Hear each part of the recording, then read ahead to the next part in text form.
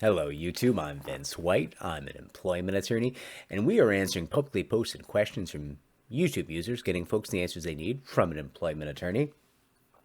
We're going to hide the username on this one just because I don't want to risk outing anyone. I don't know if I would be or not, but I don't want to, so I'm not gonna. All right, here's the question. I'm going to read the question into the record here. I was an employee and a student at a university. I guess both at the same time. As a student, I requested an ADA accommodation, so an Americans with Disabilities Act accommodation, through the registration office. I was brand new to the system and expected them to direct me accordingly. My supervisor then tells me that I had to register for classes through her. Odd. So I asked her for the accommodation. She did not guide me as to how to get this accommodation or how to request it formally. Instead, she told me that my disability was my personal problem. That's very ambiguous. I mean, does she mean you got to go through the registrar, or does she mean that's your issue, I'm not going to help you? That's highly questionable. I then received a probationary letter. Oh, I think probably for the job, not as a student. Long story short, I was terminated after requesting an accommodation. 4 weeks prior, I had been given a 40% raise. Wow. I had 2 weeks prior to that, I had been nominated for an Outstanding Staff Award. I have a defense strategy, but would like your feedback about this interesting paragraph in the policy manual regarding accommodation requests. Could it be the university just gave me their smoking gun? Please see below. They thought my grievance was frivolous, so they pretexted me into termination. Their policy states, false or frivolous charges, the university encourages good faith reporting of violations of this policy. This policy shall not be used to bring false or frivolous allegations against students, faculty, or staff. Those bringing such charges may be subject to disciplinary action. Failure to prove a complaint does not itself constitute a false or frivolous complaint. So here's where the fight's going to go down there. So I think person asking the question, you understand the law vis-a-vis retaliation. I'm going to recap it for the viewer really quick. If you do something bad in the workplace, which is called a negative workplace consequence, to an individual who has complained about discrimination, here, there's a complaint about a failure to accommodate under the ADA, which is discrimination. And then we have a negative workplace consequence, which is the termination, right? So where you have a negative workplace consequence that follows a complaint of discrimination, which is what we have here, that is going to be viewed as retaliatory, and it's going to open up a retaliation claim.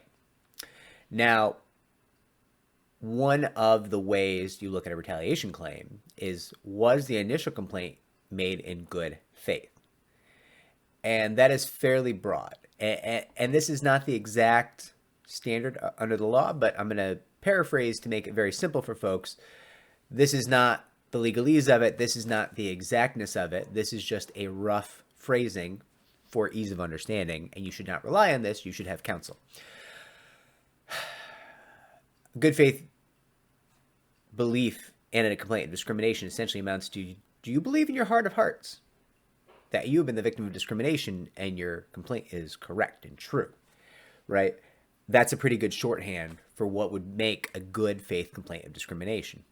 Here, that's going to end up being a battleground because the person asking the question is going to have to prove that the complaint was made in good faith. Now, I think this individual will be able to do that.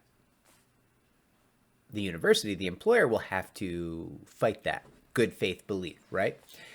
Now, is the passage in and of itself from the handbook retaliatory?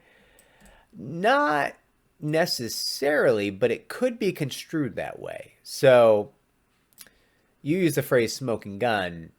I don't think so.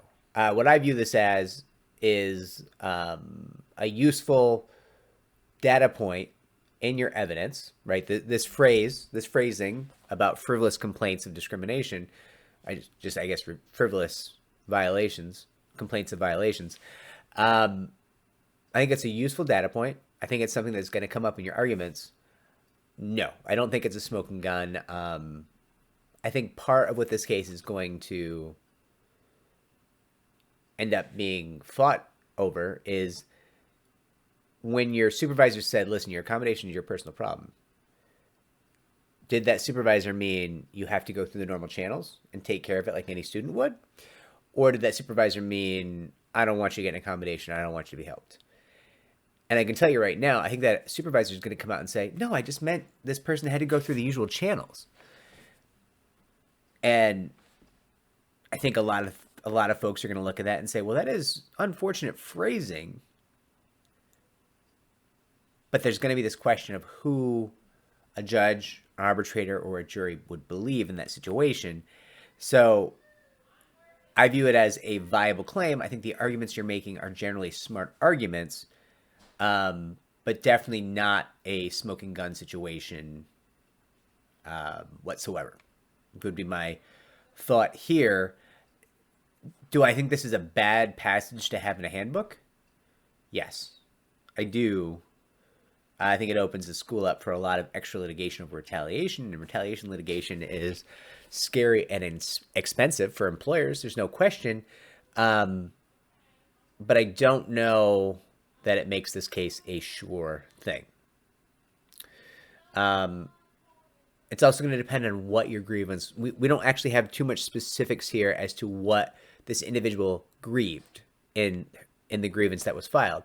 So if the grievance was like, hey, you're not giving me my accommodations, it's going to be way better than, hey, I don't agree with this probationary letter, right?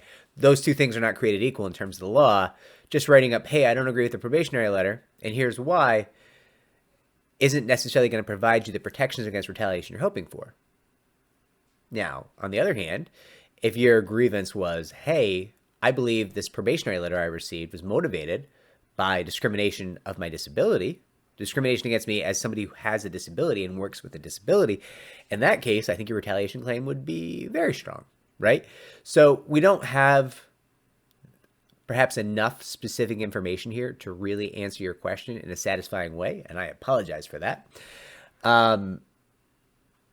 But I figured I would try to give a general discussion of your question and some of the things that might be in play and that I might think as I read this, in the hopes that it might be useful to you.